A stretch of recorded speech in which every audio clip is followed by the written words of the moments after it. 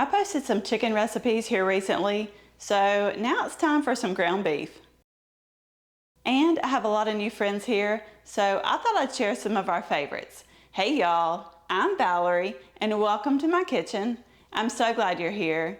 In today's video, I'm sharing 6 of the best ground beef dinner recipes that I think your family is really gonna love. Okay y'all, let's get started.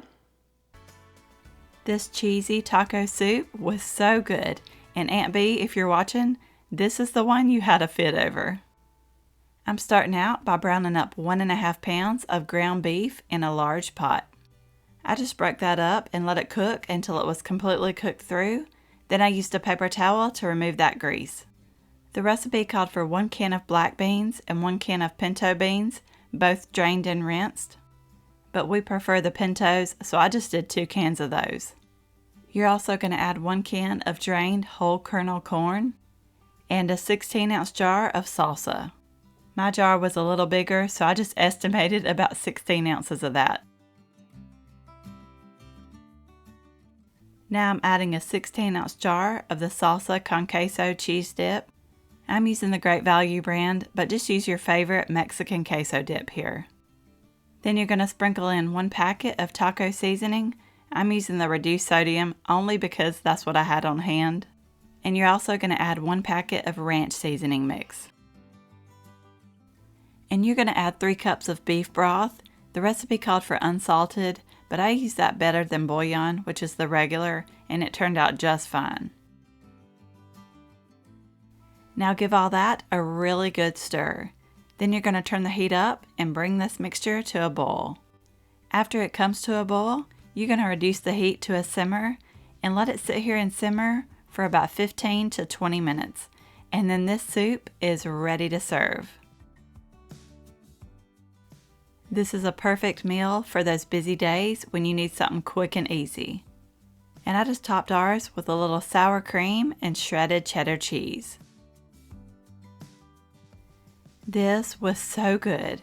I actually sent some home with my sister and she loved it and she wanted the recipe. So Aunt B, here it is. And she don't like to spend a lot of time in the kitchen making dinner, so this will be perfect for her. This ground beef Mongolian noodles comes together in less than 30 minutes. I started out by browning up 1 pound of lean ground beef. While that was cooking, over in a separate pot, I boiled up 10 ounces of spaghetti noodles. You could also use fettuccine or linguine, or you could even use the angel hair pasta. When that ground beef is completely cooked through, I just used a paper towel to get rid of that grease. Then I poured in 1/2 cup of beef broth, 1/2 cup of soy sauce, and I used the low sodium kind. 1/2 cup of brown sugar, 3 teaspoons of minced garlic. The recipe called for minced ginger, but I just used this ginger paste. And I added 3 teaspoons, along with 1/2 teaspoon of pepper and 4 tablespoons of hoisin sauce. And if possible, you don't want to skip out on this. This was my first time using it, and it really took that sauce up to the next level. I stirred everything around and got it all mixed together. I had a pretty good little simmer going on here. I'm going to thicken up that sauce, and to do that, I've got 1 tablespoon of cornstarch mixed with 2 tablespoons of water. You just want to stir it to make sure all those lumps are gone, and then add it right on into your sauce. You can bring this mixture to a low boil. I would stay with this and continue to stir until that sauce starts to thicken. It won't take long at all. You just want this to get thick enough to where, like when I'm dragging my spoon across the pan there, it takes a few seconds for that line to cover up. Now you're going to add in the cooked and drained spaghetti noodles. Then I just tossed everything around until all those noodles were completely covered in that sauce.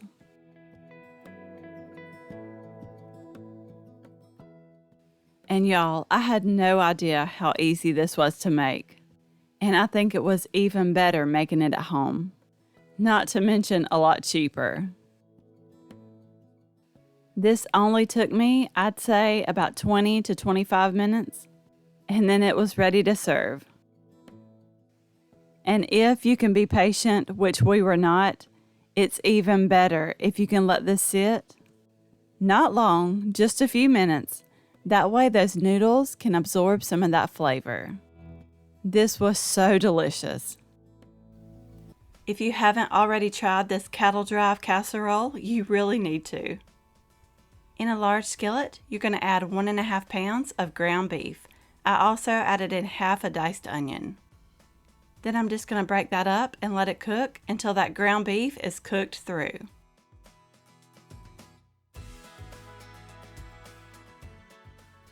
This was lean ground beef, so there wasn't too much grease in here, but I'm just using my paper towel to get rid of what I could.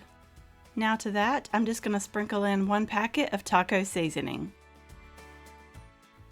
I'm also adding in 1 can of Rotel. I get the mild, but if you want to give it a kick, you can get the hot.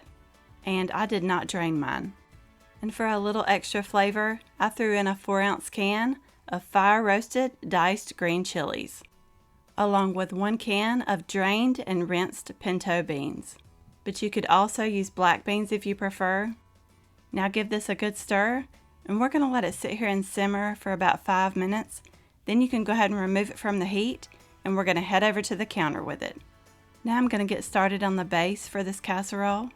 You'll need an 11.36 ounce box of the Red Lobster Cheddar Bay biscuit mix.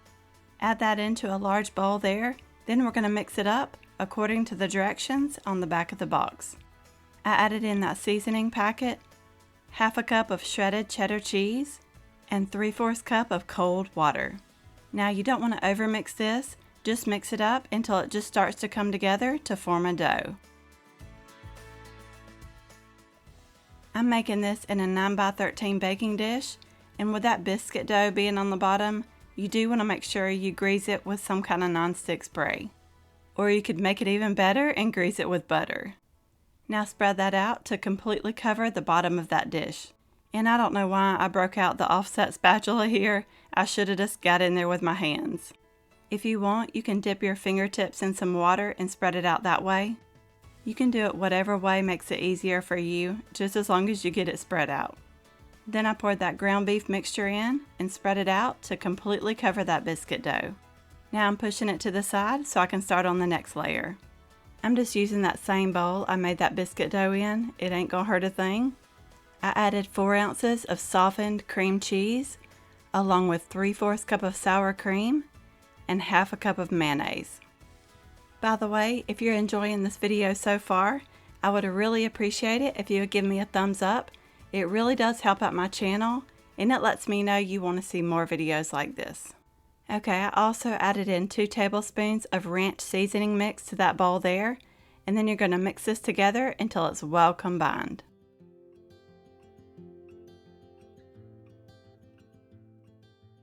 Now we're going to take that cream cheese mixture that we just made up, and you're going to spoon it evenly over the top of that ground beef. And it don't have to be perfect because we're about to spread it out anyway. And you'll have to let me know below, what is your favorite casserole to make? Or what's one your family loves the most? I've got that all spread out now, and you know you can't have a casserole without topping it with cheese. My niece Lila was down here on this day, and she helped me add the cheese to the top. She loves helping me in the kitchen. And you can add however much cheese you like here, but I think we ended up adding about 2 cups. We did cheddar, but you could really use any cheese you think would be good on here.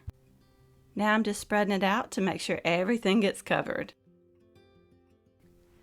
Now you're going to put this casserole in the oven to bake at 350 for 35 to 40 minutes, or until the top is golden brown. Here it is out of the oven. It may not look the prettiest, but it is delicious. I just topped it with some green onions and served it with some Italian green beans. I loved all the different layers in here. That biscuit layer on the bottom, that ground beef, that cream cheese mixture, everything went perfect together. And I'm telling you, if you haven't already tried this one, you really need to. It is so good.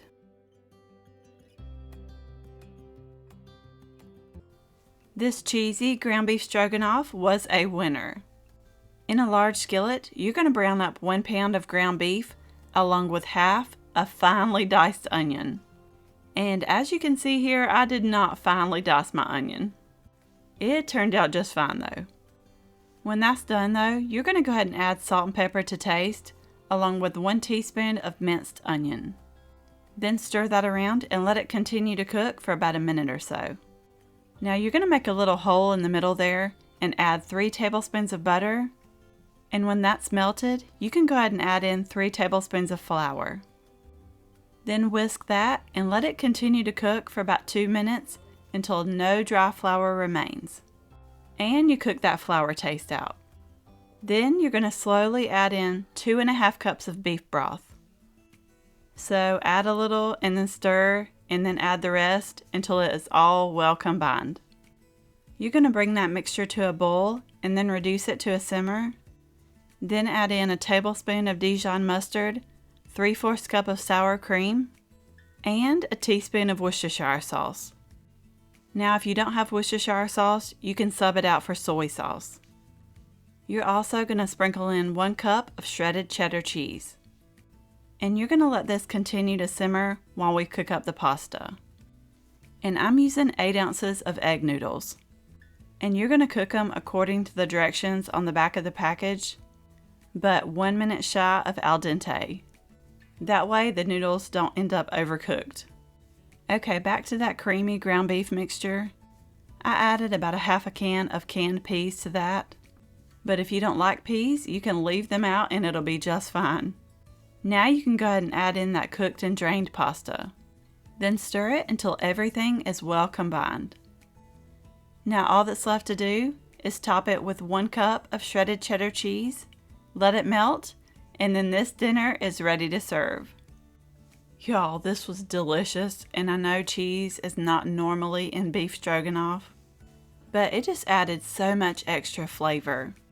Oh, and you could also add in some sauteed mushrooms to this. That would be so good.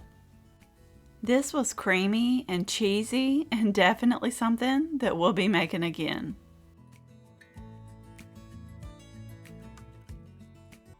You have got to try these Salisbury steaks. I'm starting out in a large bowl. I added in 1 pound of lean ground beef. I also added 2 teaspoons of ketchup, and I just eyeballed most of this.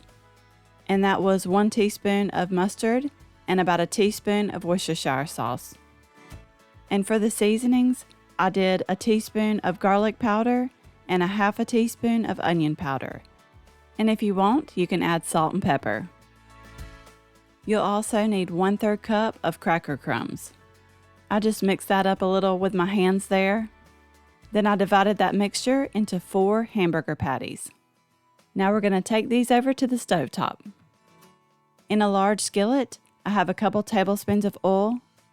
I added in those hamburgers. Now just let those cook for about 4 or 5 minutes on both sides until they're no longer pink.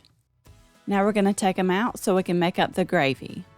I just removed them to a separate plate and then set them aside. I turned the heat down to low. You'll want to leave those drippings in that pan there.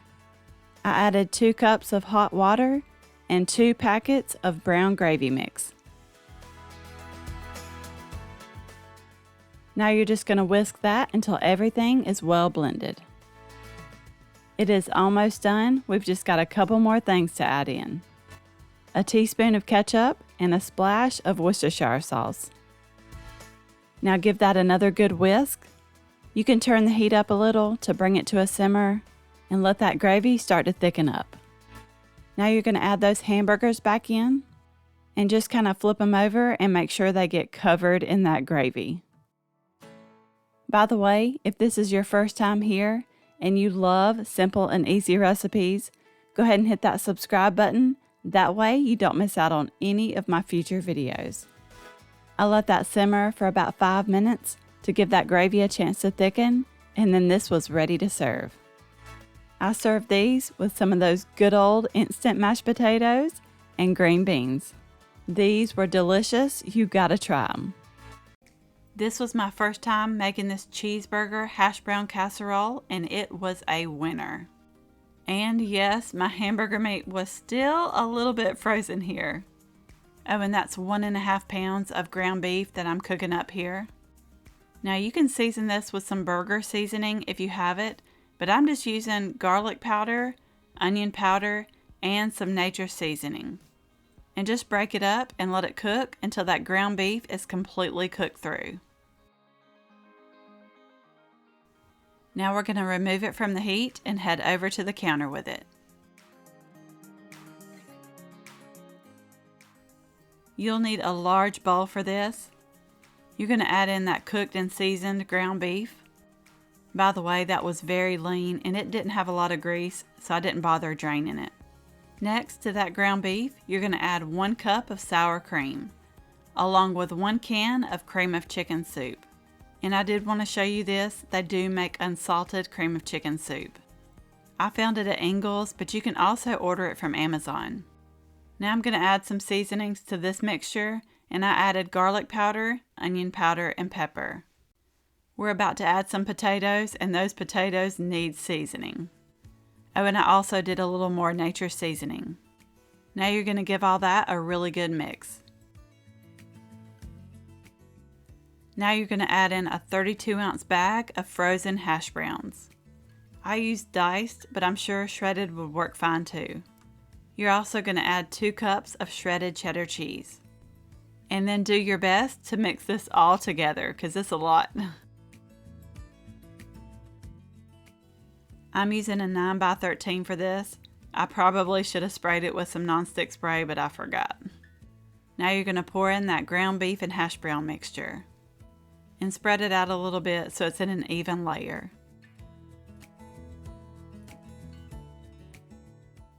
Now you're going to top this off with more cheese.